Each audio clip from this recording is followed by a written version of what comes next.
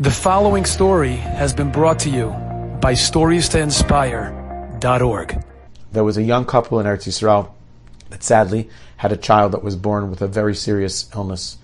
And the doctors in Israel didn't feel that they had the tools necessary to assist the child in getting a second lease on life. However, they were directed to a very well-known surgical team in New York City that had experience with this particular illness, and there was hope that they could actually bring a Yeshua, bring salvation, bring refuah and healing to this little baby. The problem was that the surgery cost $100,000. This was a Kail couple. They barely had money. But what does one not do for their child? And for a month leading up to the surgery, they went and they spoke to everyone and anyone that they possibly could.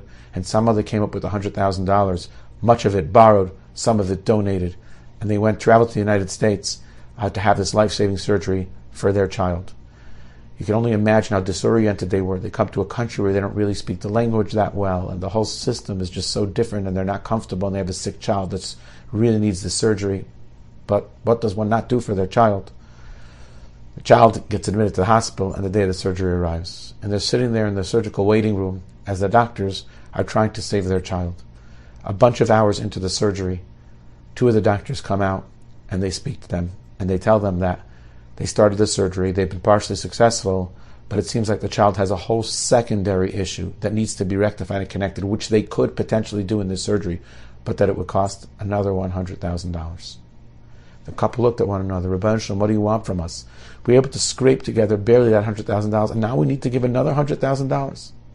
But it wasn't even a question. To save their child, the future of another Jewish child. So they said, okay, we'll give it.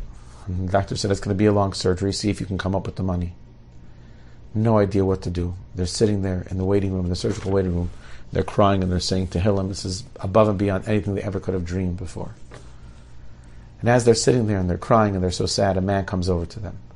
It's a from person, a Yiddish person. And he says to them, why are you so despondent? Why are you crying? And they shared with him the $100,000 in the surgery and the next $100,000. The man says, I feel so much for you. You should know there's a wealthy person that doesn't live that far away from this hospital, I guess on the Upper West Side. Go to him. You never know what could happen. You know there's a bunch of hours left of the surgery. So the husband says to his wife, you stay here, you daven, you hold down the fort. I'm going to go see if there's something I could do. And he gets up and he finds the address of this fellow and he knocks at the door. And the fellow himself opens the door and says to him, how can I help you? He's flustered. He goes, I'm a younger man from Bnei Brak. I'm a young Kail guy from Bnei Brak. Younger man in Yiddish means I'm a young fellow. The guy says to him, don't worry about it. And he reaches into his pocket and he pulls out an envelope and he gives it to him. And the young man says, no, I need to talk to you about the $100,000. The guy goes, yeah, it's taken care of. Here's the envelope. He walks out of the house, doesn't know what just happened, and he opens the envelope and there's a check in the envelope for $100,000.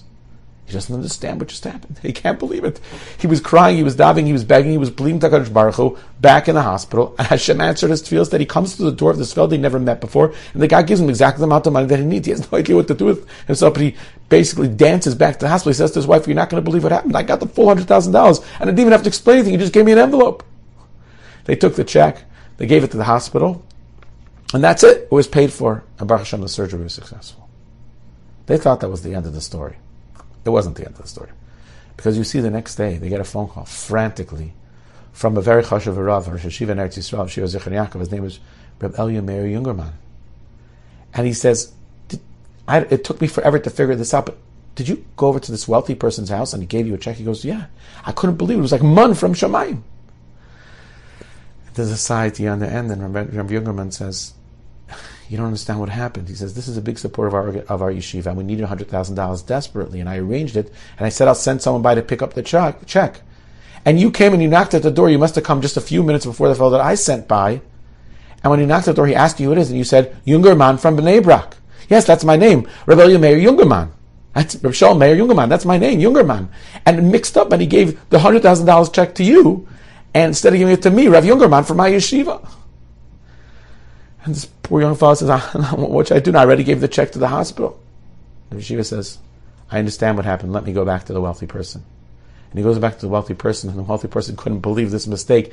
It's almost impossible that such a mistake ever could happen. And he says, it clearly wasn't a mistake. This is what Hashem wanted. He says to the yeshiva, don't worry.